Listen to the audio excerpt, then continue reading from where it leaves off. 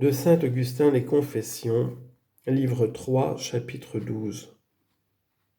Belle parole d'un évêque à sainte Monique touchant la future conversion de son fils. Mais vous ne vous êtes pas contenté, mon Dieu, de lui avoir donné cette première parole pour gage de vos bienfaits. Vous lui en avez encore donné une seconde en une occasion que je raconterai maintenant, puisqu'elle me revient dans la mémoire. Car je passe beaucoup de choses,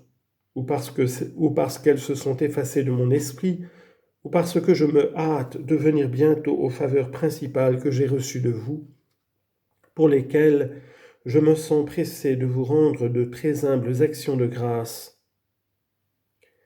Vous lui avez donc parlé encore une seconde fois par un bon évêque nourri dans le sein de votre Église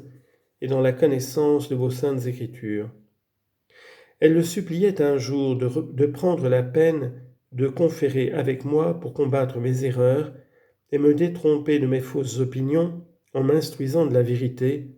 ce qu'elle faisait toujours lorsqu'elle rencontrait des personnes qui en étaient capables. Mais ce sage prélat s'en excusa, et certes avec beaucoup de prudence, ainsi que je l'ai reconnu depuis, et lui répondit que j'étais encore trop indocile, parce que la nouveauté de cette hérésie m'avait rempli de présomption et de vanité, et que j'avais déjà embarrassé plusieurs personnes ignorantes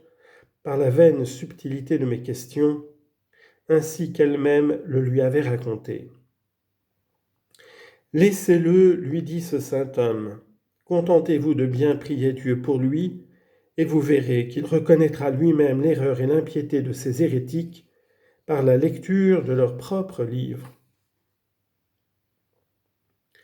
Il lui conta ensuite que sa mère, qui était aussi tombée dans l'erreur de la même secte, l'ayant donné tout petit aux manichéens afin de l'instruire, il avait non seulement lu, mais transcrit presque tous leurs ouvrages, que,